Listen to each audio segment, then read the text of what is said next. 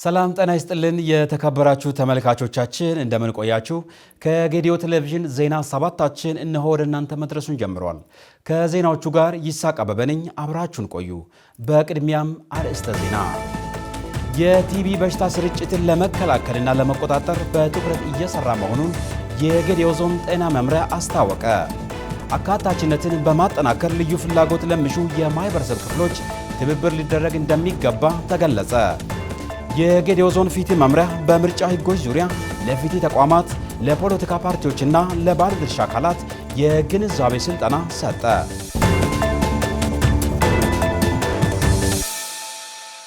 የተከበራችሁ ተመልካቾቻችን በዜና ሰባታችን እነዚህንና ሌሎች ጉዳዮችን በዝርዝር የምንመለከት ነው የሚሆነው። በቅድሚያም አጫጭር ዘገባዎችን እነሆ። ሀገራዊ ሰላም ይበልጥ ይጸና ዘንድ ሁሉም የድርሻውን ሊወጣ ይገባል ሲል የኢትዮጵያ ሃይማኖት ተቋማት ጉባኤ አስታወቀ።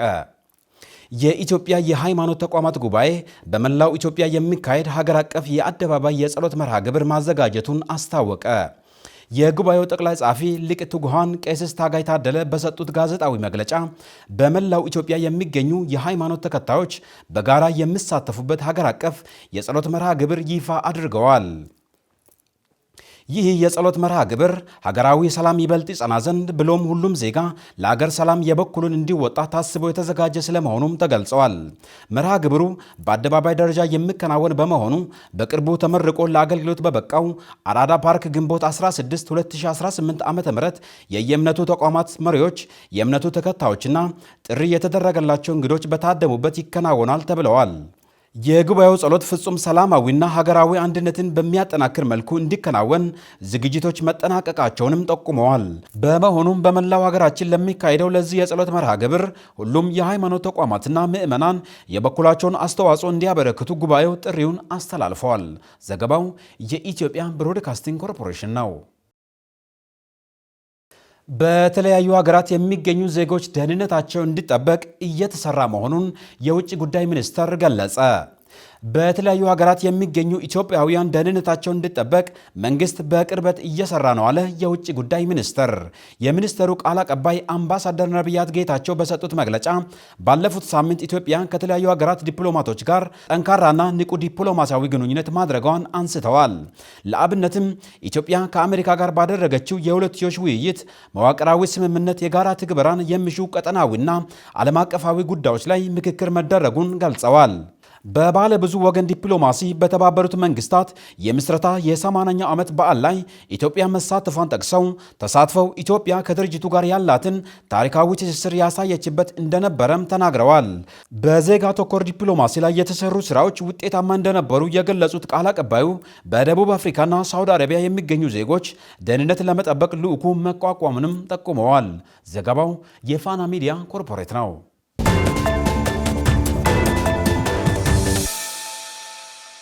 በፕሮፌሰር ብርሃኑ ነጋ የተመራው የኢትዮጵያ ልዑካን ቡድን በለንደን በሚካሄደው ዓለም አቀፍ የ2026 የትምህርት ፎረም እየተሳተፈ መሆኑ ተገለጸ። ሴኒያ መሐመድ ተጨማሪ አላት። በትምህርት ሚኒስትሩ ፕሮፌሰር ብርሃኑ ነጋ የተመራው የኢትዮጵያ ከፍተኛ የልዑካን ቡድን በለንደን ከተማ እየተካሄደ በሚገኘው የዓለም የትምህርት ፎረም ላይ በመሳተፍ ላይ ይገኛሉ። የዘንድሮ ፎረም ለጋራ የወደፊት ጊዜ ትምህርት መስጠት፣ ሰላም፣ ፕላኔት፣ ዓላማና መንገዶች በሚል መሪ ቃል እየተካሄደ የሚገኝ ሲሆን ይህ መድረክ በዓለም አቀፍ ደረጃ በትልቁ የሚጠቀስ የትምህርትና የክህሎት ሚኒስትሮች ስብሰባ ነው። በዚህ ዓለም አቀፍ የትምህርት ፎረም ላይ ከመላው ዓለም የመጡ ሚኒስትሮች፣ ፖሊሲ አውጪዎች፣ ዓለም አቀፍ ድርጅቶች፣ ዩኒቨርሲቲዎች፣ መንግስታዊ ያልሆኑ ድርጅቶችንና የትምህርት ቴክኖሎጂ መሪዎችን በአጠቃላይ ከ125 ሀገሮች የመጡ ከ1500 በላይ የሚኒስትሮች የልዑካን ቡድን ተገኝተዋል። ይህ ታላቅ ፎረም ሚኒስትሮችና የትምህርት መሪዎች የፖሊሲ ልምዶችን እንዲለዋወጡ፣ አዳዲስ ስልታዊ አጋርነቶችን እንዲፈጥሩ፣ በትምህርት ፋይናንስና ማሻሻያዎች ላይ እንዲወያዩ እንዲሁም የዓለም አቀፍ የትምህርትን ቀጣይ አቅጣጫ ለመቅረጽ ከፍተኛ እድል የሚፈጥር መድረክ መሆኑም ተመላክቷል። ልዑካን ቡድኑ በፎረሙ ላይ የኢትዮጵያ የትምህርት ፎረምና ተሞክሮዎች ያካፈለ ሲሆን በቀጣይ የሀገሪቱን የትምህርት ጥራት ለማሻሻል በሚረዱ ዋና ዋና ዘርፎች ላይ ውይይቶችን አድርገዋል። በዚህ መድረክ ሀገራችን ያላትን ልምድ ያካፈለች ሲሆን በመሰረታዊ ትምህርት፣ በቅድመ ልጅነት እድገት፣ በመምህራን ስልጠና፣ በዲጂታል ትራንስፎርሜሽን እና በወጣቶች ክህሎት ልማት ላይ ከተለያዩ ሀገሮች ልምድ ለመቅሰም ጠቃሚ አጋጣሚ መሆኑን ጠቅሰዋል። ለዜናው ጥንቅር የትምህርት ሚኒስቴር መረጃን ተጠቅመናል።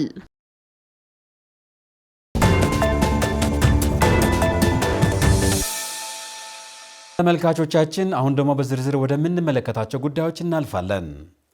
በደስታ ቀን ብቻ ሳይሆን በችግር ቀንም ከራጴ ሕዝብ ጎን ቆመናል ሲሉ የደቡብ ኢትዮጵያ ክልል ምክትል ርዕሰ መስተዳድር ተናገሩ። በወረዳው የነበረውን የቢሮ ችግር ይቀርፋል የተባለው የራጴ ወረዳ አስተዳደር ሕንፃ ተመርቆ ለአገልግሎት ክፍት ሆነዋል። አብነት አበበ ተከታዩን ዘገባ አዘጋጅቶታል።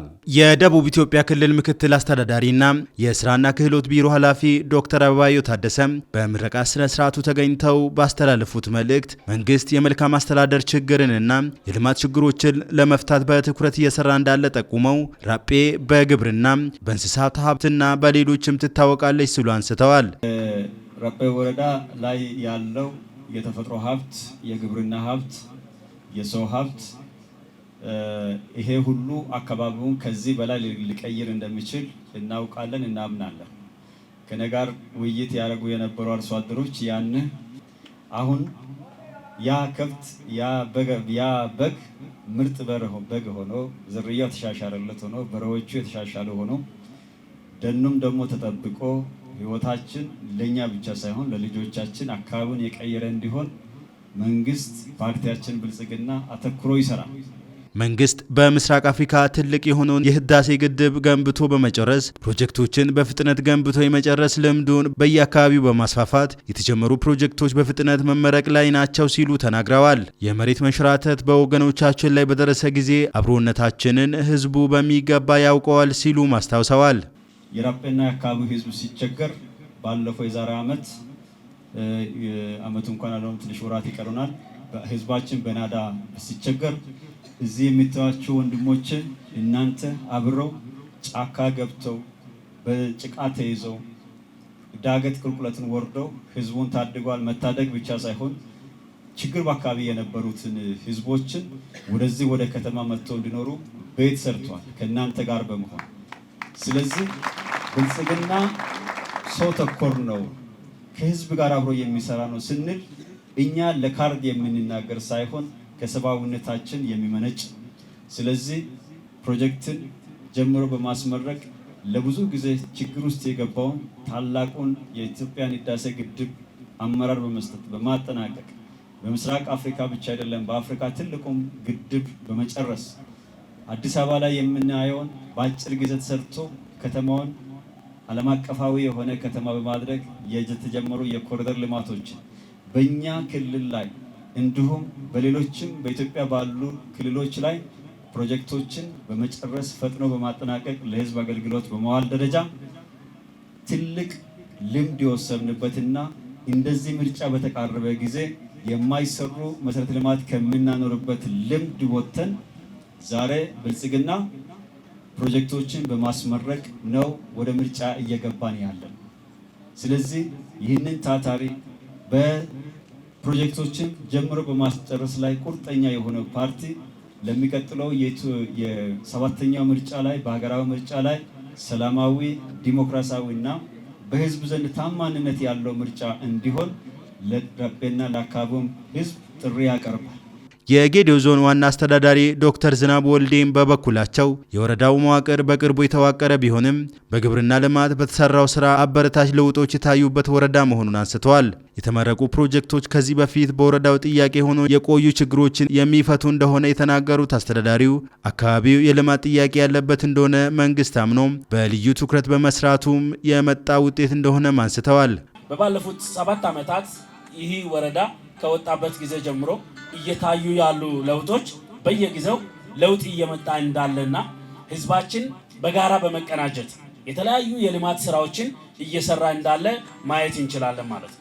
በባለፉት አጭር ዓመታት ይሄ ወረዳ እንደ መዋቅር ከወጣ ጊዜ ጀምሮ የተጀመሩ የመንገድ መሰረተ ልማቶች ላይ ተጨባጭ ለውጥ እየመጣ እንዳለ ማየት ይችላል ማለት ነው። ከዚህ ጎን ለጎን ሌሎች የልማት ስራዎችም በህዝባችንን የሚመጥን ባይሆንም ከደረስንበት ሁኔታ አንፃር ግን የተሻለ ሊባል በሚችል ደረጃና በአጭር ጊዜ ውስጥ እንደ ተቋቋመ ወረዳ ሳይሆን አቅም ፈጥሮ ለመውጣት የሚደረጉ ጥረቶች ተጨባጭ በመሆናቸው ይሄንን አጠናክረን የምንቀጥል ይሆናል ማለት ነው። መንግስት ፕሮጀክቶች ተጀምረው በፍጥነት እንዲጠናቀቁ ባስቀመጠው አቅጣጫ መሰረት በፍጥነት ተጠናቀው የህብረተሰቡን ችግር እንዲፈቱም የተጀመሩ የልማት ተግባራት ተጠናክሮ እንዲቀጥሉ የህዝቡ ድጋፍ መሰረታዊ ነው ሲሉም ገልጸዋል።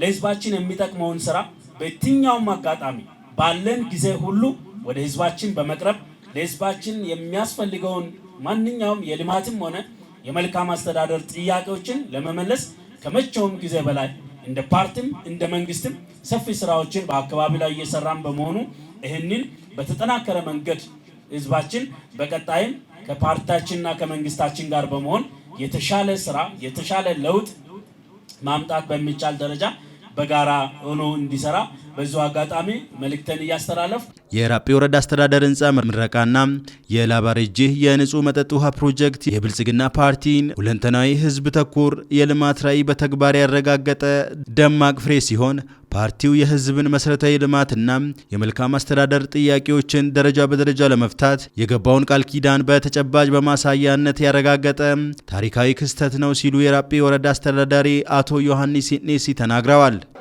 ያው በወረዳችን ዛሬ ላይ የተመረቀው የላባሬጅና ላባጋሻ ቀበሌዎች በጋራ የሚጠቀሙት የውሃ ተቋም ነው። እንግዲህ ይሄ ተቋም ከዚህ በፊት ለረጅም ዘመናት የህዝቡ ጥያቄ ሆኖ የቆየና ህዝቡ በጉጉት እየጠበቀው የነበረ ነው። አሁንም ዛሬ ላይ ደግሞ ይሄው የተሻለ ውሃ ተገኝቶ ህዝቡ እጅግ ደስተኛ ሆኖ እየተጠቀመ ነው። ይህ ደግሞ የአስተዳደር ህንፃ ከተገነባበት ጊዜ ጀምሮ አጠቃላይ አሁን አዳራሽ ውስጥ ያሉትን ወንበሮችም ጭምር ወደ 35.8 ሚሊዮን የፈጀ ህንፃ መሆኑን ለማንሳት ነው።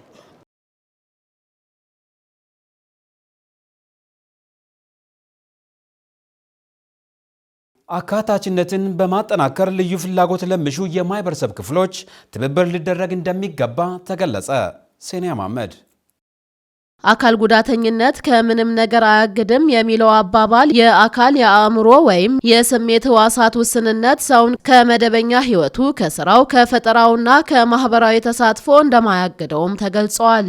የዲላ ዩኒቨርሲቲ ልዩ ፍላጎትና አካቶ ትምህርት ማዕከል ዳይሬክቶሬት ዳይሬክተርና የአካቶ ትምህርት ክፍል መምህር ዶክተር አባቡ ተሾመ ለዛሬው ስኬታማነታቸው ኦቶና አንደኛ ደረጃ ትምህርት ቤት መሰረት እንደሆነ ተናግረው እውቀት ክህሎትና የማህበራዊነት እሴትን ያገኙበት ጭምር መሆኑንም ገልጸዋል። በኢትዮጵያ አቆጣጠር ነው በ1972 ነው ትምህርት የጀመርኩት። እንደኔ አይነቱ አይነ ስውራን የሚማሩባቸው ጥቂት አዳሪ ትምህርት ቤቶች ነበሩ ኢትዮጵያ ውስጥ። ከነዚያ ውስጥ አንዱ ኦተና አይነ ስውራን ትምህርት ቤት ይባላል። በተለይ አንደኛ ደረጃ ትምህርት ቤት ላይ ለዛሬው ማንነቴ መሰረት የተጣለበት እንትን ያገኘሁት ማንነቴ የተቀረጸው አንደኛ ደረጃ ላይ ወይም እዚያች አዳሪ ትምህርት ቤት ላይ ኦተና አዳሪ ትምህርት ቤት ነበር። እንደ አርአያ የምናያቸው መምህራን ነበሩን። አስተዳዳሪዎችም ልክ እንደዚሁ ሞግዚቶች ነበሩን ተመድበውልን ሁሉ ነገር ተመቻችቶ በነበረበት ሰዓት ነው አጋጣሚ የተማርኩት። አጠቃላይ ስለ ትምህርታችን ብቻ ሳይሆን ስለ ማህበራዊ ግንኙነታችን፣ ስለ ስነ ልቦናዊ ስሬታችን የሚጨነቁ መምህራን የነበሩበት ነበረ።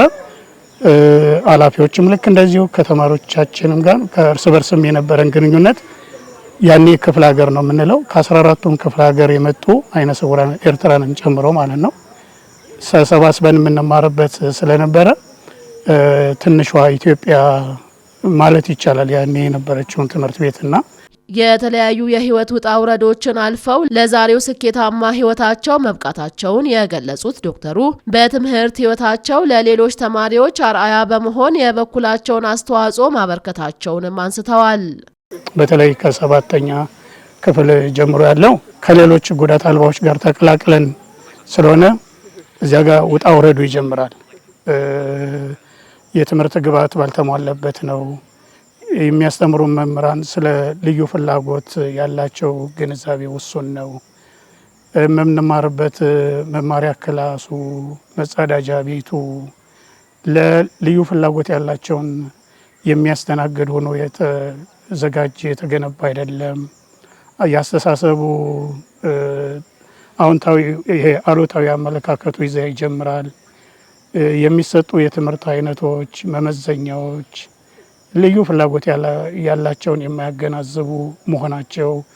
ስለዚህ በአብዛኛው ከ7ኛ ክፍል ጀምሮ ያለው በራስ ጥረት የራስ ጥረት የሚጠይቅ ነው። በጥበብ አልፈናቸዋል ማለትም ይቻላል። እኔም ከነዚያ ውስጥ አንዱ ነኝና ብዙ ውጣ ውረዶችን አልፌ አሁን ያለሁበት ደረጃ ላይ ደርሻለሁ ማለት ነው። የኢትዮጵያ አይነ ስውራን ማዕከልና መንግስት ባደረገላቸው ድጋፍ የውጭ የትምህርት እድል በማግኘት ስኬታማ መሆናቸውን ጠቅሰው ከ2009 ዓ.ም ጀምሮ በዲላ ዩኒቨርሲቲ ልዩ ፍላጎትና አካቶ ትምህርት ማዕከል ዳይሬክተርና የልዩ ፍላጎት ትምህርት ክፍል መምህር ሆነው እያገለገሉ መሆናቸውንም አስረድተዋል። ከዲፕሎማ ተነስቼ ነው አሁን ያለሁበት የትምህርት ደረጃ ወይም አሁን ፒኤችዲ የሚባለውን የደረስኩት። ኮተቤ መምህራን ትምህርት ኮሌጅ 2 ዓመት ትምህርቴን አጠናቀቅኩኝ። በጥሩ ውጤት ነው። በማዕረግ ከተመረቁት ውስጥ አንዱ ነኝ። በታሪክ ትምህርት ነው ትምህርቴን የጨረስኩ በዲፕሎማ 4 ዓመት ቆየሁና ስራ ለቅቄ እንደገና በዲግሪ በመደበኛ መርሃ ግብር ኮተቤ መምህራን ኮሌጅ ያኔ አድቫንስ ዲግሪ ፕሮግራም ይባላልና በ3 ዓመት ትምህርቴን አጠናቀቅኩኝ። 10 ዓመት ቆይቼ ማስተርሴን እንደገና አዲስ አበባ ዩኒቨርሲቲ ሰራሁ። በልዩ ፍላጎት ከታሪክ ትምህርት ወደ ልዩ ፍላጎት ሽፍት አረኩ። ቀጥሎ ወደ ዲላ ዩኒቨርሲቲ በልዩ ፍላጎትና አካቶ ትምህርት ማስታወቂያ ሲወጣ ተወዳደሬ ነው የገባሁት እዚህ 2002 ላይ። ከ2002 ጀምሮ እስከ 2018 እዚሁ ነኝ። የውጭ የትምህርት እድል ዩኒሳ በርቀት ነው እዚሁ ነው የምንማረው የነበረው። ግን ፕሮጀክቶችን መራ ስለነበረ ጉዞዎች ነበሩኝ፣ ኮንፈረንሶች ነበሩኝ። አጋጣሚ ወደ 5 ሀገሮች ለማየት እድሉን አግኝቻለሁ። ከአውሮፓ ኦስትሪያ ነው። ኦስትሪያ ቬና የአንድ የ2 ሳምንት ቆይታ ነበረ። እነዚያ ተሞክሮችን የማካፈል ምርምሮችን የማካሄድ ትልቅ ኮንፈረንስ ነበረ። አያይዘውም ስለ አካል ጉዳተኝነት ግንዛቤ በመፍጠርና አካታችነትን በማጠናከር የልዩ ፍላጎት ጉዳይ የኔ ነው በማለት መስራት እንደሚያስፈልግ ጠቅሰው ልዩ ፍላጎት ያላቸውን ልጆች ወደ ትምህርት ቤት በማስገባት ለነገው ሕይወታቸው መሰረት እንዲጥሉ ወላጆችና ባለድርሻ አካላት የበኩላቸውን አስተዋጽኦ ማበርከት አለባቸው ሲሉ መልእክታቸውን አስተላልፈዋል። ጌዲዮ ዞን ብዙ በአይነ ስውራን አይ ቲንክ ሴቶችም ወንዶችም ስራ የያዙ አሉ፣ ኃላፊነት ላይ የያዙ አሉ። እስከ ክልል ደረጃም ሊሆን ይችላል ማለት ነው። ቤተሰቦች ነገ እነዚህን አይነ ስውራን ወይም መስማት የተሳነውን ወይም የእግር ጉዳተኛውን አውጥቶ ማስተማር ያለባቸው ነገ ምን ይከፍለኛል ብሎ አይደለም። ነገ ራሱን ይችላል ወይ፣ ለሀገር ኮንትሪቢዩት ያደርጋል ወይ። ምክንያቱም ቤት ውስጥ አስቀምጠናቸው ለተደራራቢ ስነ ልቦና፣ ለተደራራቢ አካል ጉዳት፣ ለተደራራቢ ስሜታዊ ጉዳት መዳረጉ ነው የሚሻለው ወይስ ወደ ትምህርት ቤት ወይም ወደ ተቋማት ሄዶ አገልግሎት ማግኘት የሚችለው የሚለውን መወሰን የሚያስችላቸው ደረጃ ላይ ነው ያሉት ማለት ይቻላል። ከባለፉት ዓመታት በተሻለ አዎንታዊ አመለካከት እያመጡ ነው። ግን ይበልጥ ደግሞ መደገፍ አለብን። እንደኛ አይነቱ ተቋም ትምህርት ቤቶች ስቲል ግንዛቤ የማስፋቱ ስራ አይ ቲንክ በጋራ በተለያዩ የባለድርሻ አካላት ትብብር መቀጠል አለበት። የቲቢ በሽታ ስርጭትን ለመከላከልና ለመቆጣጠር በትኩረት እየሰራ መሆኑን የጌዴኦ ዞን ጤና መምሪያ አስታወቀ። መምሪያው ሪች ኢትዮጵያ ከተሰኘ ሀገር በቀል ግብረሰናይ ድርጅት ጋር በመተባበር የቲቢ በሽታ ስርጭትን ለመከላከል የተሰሩ ስራዎችን ባለድርሻ አካላት በተገኙበት በዲላ ከተማ ገምግመዋል። ተስፋዬ ጎበና ያዘጋጀውን ዘገባ ሴና ማመር ታቀርበዋለች። የቲቢ በሽታ ከ2 ሳምንታት በላይ የሆነ ሳል፣ የደረት ህመም፣ ትኩሳትና የምግብ ፍላጎት ማጣት እንዲሁም የድካም ስሜት ከቲቢ ምልክቶች መካከል ሊጠቀሱ እንደሚችሉ የዞኑ ጤና መምሪያ የ9 ወራት የስራ አፈጻጸም ከባለድርሻ አካላት ጋር በገመገመበት ወቅት ገልጸዋል። የጌዲኦ ዞን ጤና መምሪያ ኃላፊ አቶ አንዳለም ማሞ የቲቢ በሽታ ስርጭትን ለመከላከልና ለመቆጣጠር ከሪች ኢትዮጵያ ጋር በመተባበር እየተሰራ ባለው ስራ አበረታች ውጤት እየተመዘገበ መሆኑን አስረድተዋል። የቲቢ አስፈላጊውን ጥንቃቄ ካልተደረገ የሚስፋፋ በሽታ በመሆኑ ስርጭትን ለመቆጣጠር በዞኑ ጂን ኤክስፐርትና ኤክስሬ ማሽኖችን ጨምሮ ኤአይ ቴክኖሎጂን ተጠቅሞ ምርመራ በማድረግ ተጠቂዎች ሲገኙ ሕክምና የማስጀመርና የተጀመሩትን ደግሞ የመከታተል ስራ እየተሰራ መሆኑን ኃላፊው አብራርተዋል። የቲቢን መከላከልና መቆጣጠር ስራን ስናይ የመጀመሪያውና ዋነኛው ቲቢን በጊዜና በወቅቱ ኤርሊ ዲቴክሽን የምንለው የልየታ ስራ ነው። ለዚህ ደግሞ ሊያግዙ የሚችሉ የከፍ ያሉ መመርመሪያ ማሽኖችን የላቦራቶሪ ያስገባንበት ሂደት አለ። ከሪች ኢትዮጵያ ጋራ በመተባበር ማለት ነው። እንደ ዞናችን የቲቢ ስርጭት ከ2011 ጀምሮ ከፍ ያለ በመሆኑ ያን ሊቀለብስ በሚችል መልኩ እየተሰራ ነው ያለው። አንደኛው የጂን ኤክስፐርት ሳይት ቦትሮ የነበረን 2 ሆስፒታል ላይ ብቻ ነበረ። ያን 2 ሆስፒታል ላይ የነበረውን አሁን ወደ 13 የጂን ኤክስፐርት ምርመራ ማድረግ ትችለናል ማለት ነው። ሌላኛው ከጂን ኤክስፐርት ባለፈ ደግሞ በኤአይ በታገዘ በኮምፒውተር በራጅ ምርመራ ወይም ደግሞ ኤክስሬ ምርመራ ኤአይ በሞባይል በመንቀሳቀስ ከቦታ ቦታ ከቀበሌ ቀበሌ በመንቀሳቀስ የኤክስሬ ምርመራ እየተደረገ ያለበት ሂደት ነው ያለው። እንደ ሀገር ብሎም እንደ ዞን የቲቢ በሽታን ስርጭት ለመቀነስ ትኩረት ተደርጎ እየተሰራ መሆኑን በመግለጽ ጌዲኦ፣ ምዕራብ ጉጂና ቦረና ዞኖች እንዲሁም የሲዳማ ክልል ቀይ መስመር ላይ እንደሆኑ የሪች ኢትዮጵያ አርባን ዴቨሎፕመንት የሐዋሳ ፊልድ ሪጅን ማኔጂንግ ዳይሬክተር አቶ ጎሳ ግርማይ አስረድተዋል።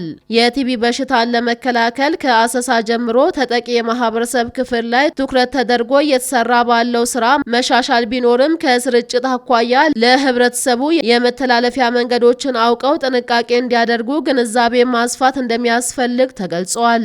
ከ5 ዓመት በታች በሆኑ ህጻናት ላይ የቲቢ በሽታን በሰገራ ምርመራ መለየት መጀመሩ ስርጭቱን ለመከላከል በሚደረገው ጥረት ላይ የጎላ አስተዋጽኦ እንደሚኖረው ዳይሬክተሩ አመላክተዋል። በዚህ በደቡቡ አካባቢ ጌዲዮን ከኦሮሚያ ክልል ደግሞ በእነኚህ አጎራባች ባሉ ዞኖች ላይ ጉጂ፣ ዌስት ጉጂ፣ ቦረናና ኢስት ቦረና ማለት ነው። እንዲሁም ደግሞ በሲዳማ ክልል ላይ ስርጭቱ ከፍተኛ ነው። ይህንን ስርጭት እንግዲህ ለመግታት ከመንግስት ጋር አንድ ላይ ሆነን ከእቅድ ጀምሮ እስከ መጨረሻው ማለት ነው በጣም እየጨመረ ያለውን የቲቢ ሂደትን ለመቀነስ ሁሉም ቤት ጋር በመድረስ የደረስንን ደግሞ በማከም እንዲሁም ደግሞ የመከላከሉንም ተግባራቶችንን በማከናወን ይህንን ደግሞ ተሸክሞ የሚሄድ የጤና ስርዓትን በማጎልበት ይህንን ስርጭትን እየገታንበት ባለ ሁኔታ ነው እንግዲህ ከመንግስት ጋር እጅ ለእጅ ተያይዘን እየሰራን ያለ ነው ማለት ነው። በዞኑ የቲቢ ታማሚዎች በአግባቡ ሕክምና እንዲከታተሉ ግንዛቤ በማስጨበጥ መድኃኒት የተላመደ ቲቢ እንዳይፈጠር በትኩረት እየተሰራ ነው ያሉት የዞኑ ጤና መምሪያ ምክትል ኃላፊ አቶ ተስፋዬ ገደቾ ናቸው። የጤናና ጤና ኤክስቴንሽን ባለሙያዎች ታች ማህበረሰቡ ጋር ወርዶ የቲቢ በሽታ አሰሳ በማድረግ ለይተው ምርመራ እያደረጉ መሆናቸውን የጠቆሙት ምክትል ኃላፊው ህብረተሰቡ በመኪና ሲንቀሳቀስ የመኪና መስኮት ማስከፈትን ጨምሮ ሌሎች ቤት ውስጥ የበሽታውን ስርጭት ለመክታት የሚደረጉ አስፈላጊ ጥንቃቄዎችን እንዲያደርጉ አሳስበዋል። በዞናችን የቲቢ በሽታን ለመከላከል እንዲሁም ለይቶ ለማከም ዘርፈ ብዙ ስራዎች እየተሰሩ ይገኛሉ። ማህበረሰባችን ስለ ቲቢ ሲታሰብ የሳምባን ህመም ብቻ ነው በውል የሚታወቀው። ቲቢ የሚባለው በሽታ ማይኮባክቴሪየም ቱበርኩሎሲስ ከሚባል ባክቴሪያ መነሻ የሆነ ብዙ የሰውነት አካል ክፍሎችን የሚያጠቃ እንጂ የሳምባ በሽታ ብቻ አይደለም። ማህበረሰባችን ከዚህ ጋር በሽታ ጋር የተገናኘ አንደኛ በመከላከል ሁለተኛ ደግሞ ምልክቶችን ለይቶ በመመርመርና ሕክምናዎችን ከጤና ተቋማት በነጻ በማግኘት አገልግሎቱን ማግኘት የሚችሉ መሆኑን ይህንን ማስገንዘብ ይወዳለሁ። ከዚህ ጋር ተያይዞ ማንኛውም እንደዚህ አይነት ምልክት ያለባቸው ሰዎች ወደ ጤና ጣቢያ ወይም ደግሞ የጤና ተቋማት ወዳሉበት ቦታ ሄዶ አገልግሎቱን ማግኘት ይጠበቅባቸዋል። በተለይ ከመከላከል ጋር ተያይዞ በመኪና ጉዞዎች ጋር መስኮቶችን በመከፋፈት ኢቤትም ደግሞ መስኮቶችና በሮችን በደንብ በማናፈስ የቲቢ በሽታን መከላከል እንዳለባቸው በደንብ ማሳሰብ እንወዳለን።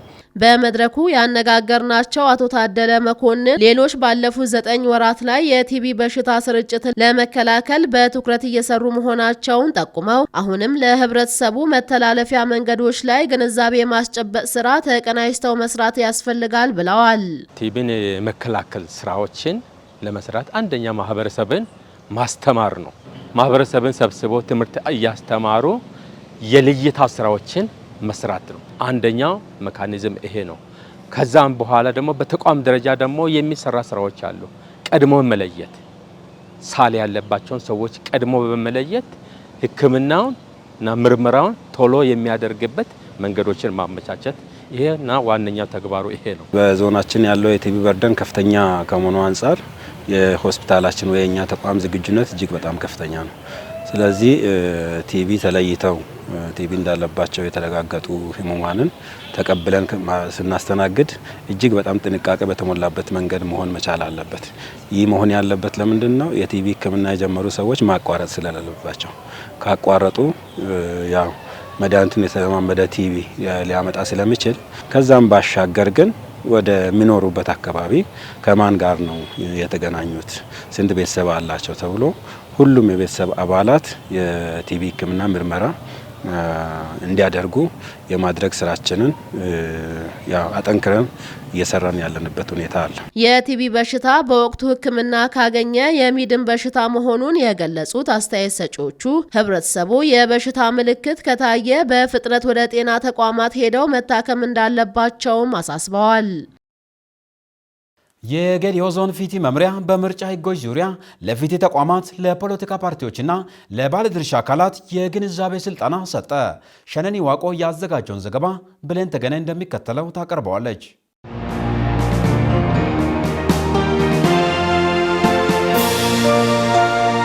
የጌዲዮ ዞን ፍትህ መምሪያ በምርጫ ህጎች ዙሪያ ለፍትህ ተቋማት ለፖለቲካ ፓርቲዎችና ለባለድርሻ አካላት ግንዛቤ በመስጠት ምርጫው ፍጹም ሰላማዊ እንዲሆን ተቀናጅተው መስራታቸው ተገልጿል። መድረኩን ያስጀመሩት የጌዲዮ ዞን ፍትህ መምሪያ ኃላፊ አቶ ቡዛየው ዘውዴ ምርጫው ሰላማዊ እንዲሆን የፖለቲካ ፓርቲዎች፣ የፍትህ አካላት፣ የሃይማኖት ተቋማት፣ የባህል ሽማግሌዎች እንዲሁም የጸጥታ አካላት ትልቅ ሚና ይኖራቸዋልም ሲሉ ተናግረዋል።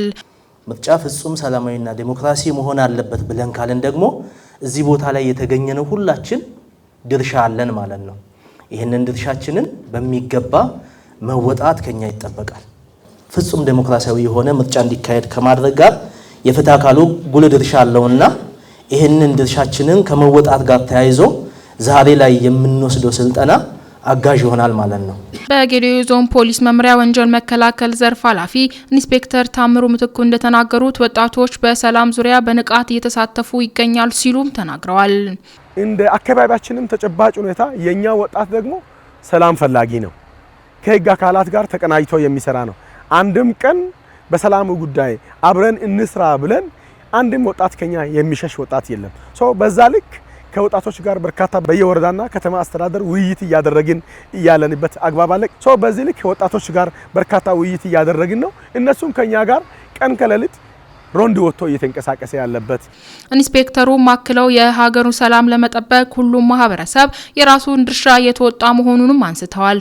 የሰላሙ ጉዳይ ፖሊስ ብቻውን ሰርቶ የሚያመጣ ጉዳይ ሳይሆን ማህበረሰብን በማሳተፍ ስለ ወንጀል አስከፊነት፣ ስለ ቅድመ ወንጀል መከላከል ከማህበረሰቡ ጋር በቂ ውይይት በማድረግ ይህ ምርጫ እንደ ዞናችን አሁን ያለው የሰላሙ ጉዳይ የበለጠ ሰላም እንዲሆን ማህበረሰቡ የኛ ማህበረሰብ እንደሚታወቀው ሰላምን በጣም የሚሻ ሰላምን የሚፈልግ በሰላሙ ጉዳይ አብክሮ የሚሰራ ማህበረሰብ ያለበት ነው።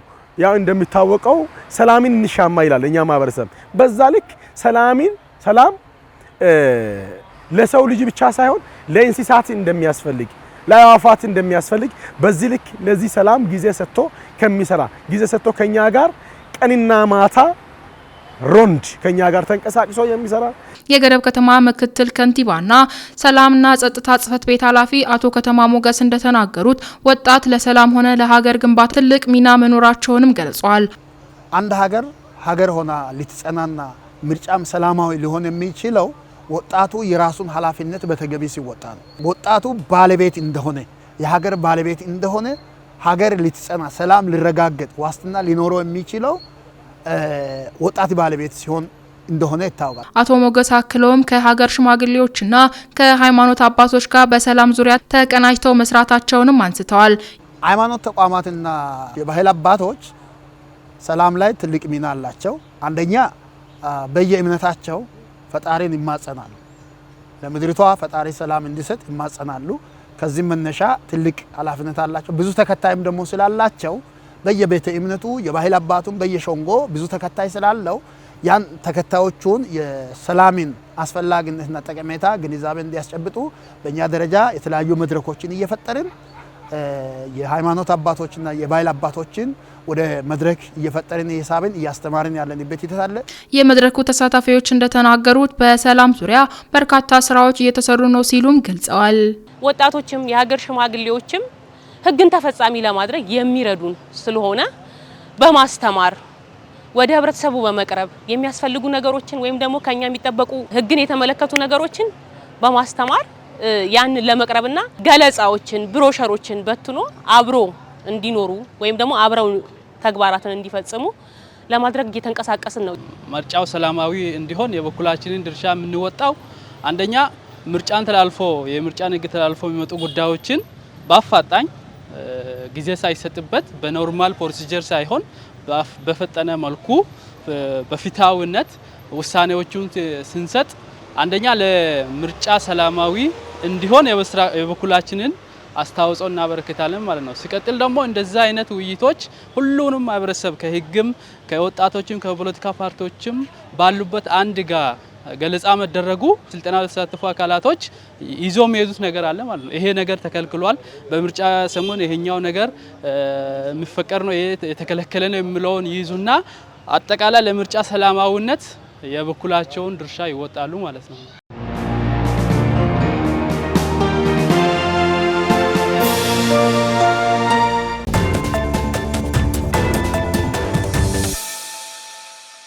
ተመልካቾቻችን ዜናዎቻችንን ከማንጠቃለላችን በፊት አበይት ነጥቦችን እናስታውሳችሁ። የቲቢ በሽታ ስርጭትን ለመከላከልና ለመቆጣጠር በትኩረት እየሰራ መሆኑን የጌዴኦ ዞን ጤና መምሪያ አስታወቀ። አካታችነትን በማጠናከር ልዩ ፍላጎት ለሚሹ የማህበረሰብ ክፍሎች ትብብር ሊደረግ እንደሚገባ ተገለጸ። የጌዴኦ ዞን ፍትህ መምሪያ በምርጫ ህጎች ዙሪያ ለፍትህ ተቋማት፣ ለፖለቲካ ፓርቲዎችና ለባለድርሻ አካላት የግንዛቤ ስልጠና ሰጠ። የተከበራችሁ ተመልካቾቻችን በመከታተል ላይ የነበራችሁት ከጌዴኦ ቴሌቪዥን የሚተላለፍላችሁን ዜና ሰባታችንን ነበር። ዜናዎቻችንን በዚሁ አበቃን። ዜናዎቹን በመምራት አብሬያችሁ ቆይታ ያደረኩት ይስሐቅ አበበ ከመላው ስቱዲዮ ባለሙያዎች ጋር በጋራ በመሆን ነበር። ከቀሪ ከጌዴኦ ቴሌቪዥን ፕሮግራሞች ጋር መልካም ቆይታ ይሁንላችሁ። ሰላም።